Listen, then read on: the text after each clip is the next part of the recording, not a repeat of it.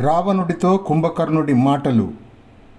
అదేయాచ యదా సీత వద్యౌ దశరథాత్మజౌ భవద్భిర్మంత్రితాం మంత్రః సునీతం చ అభిధీయతాం. రావణుడు సభికులతో సభలో ఇలా అంటున్నాడు.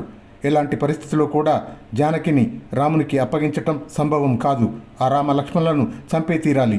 ఈ రెండింటిని దృష్టిలో పెట్టుకొని బాగా ఆలోచించి మీ నిశ్చితమైన అభిప్రాయాలను తెలపండి. నహి శక్తిన్ ప్రపశ్యామి జగత్ అన్యస్య కస్యచిత్ సాగరం వానరై స్థిర్యా నిశ్చయోనా జయో మమ.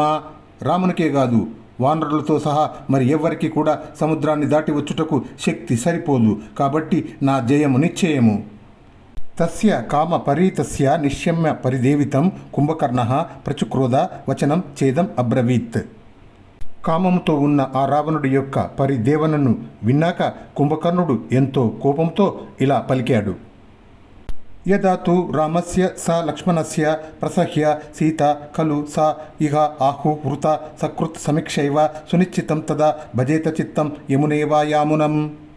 ప్రభు రామలక్ష్మణులను వంచించి వారి ఆశ్రమం నుండి సీతాదేవిని అపహరించుకొని వచ్చునప్పుడే తీసుకొని వచ్చుటకు ముందే మాతో ఒకసారి సంప్రదించి ఉంటే బాగుండేది. యమునా నది భూమి మీదికి చేరకముందే తన జన్మస్థానమైన యమునోత్రి ఎందుగల గుండాన్ని నింపి ముందుకు సాగినట్లు సకాలంలో నీవు మాతో చర్చించి ఉంటే సముచితంగా ఉండేది. న్యాయేన రాజకర్యాన్ని యహ కరోతి దశానన నా స సంతప్యతే పశ్చాత్ నిశ్చితార్థం తిర్ నృపః.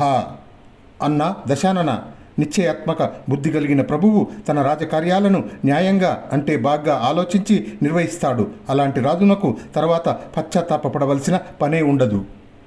అనుపాయేన కర్మాణి విపరీతాని యాని చ క్రియమానాని దుష్యంతి అవింక్ష్య ప్రేతేష్ వివ.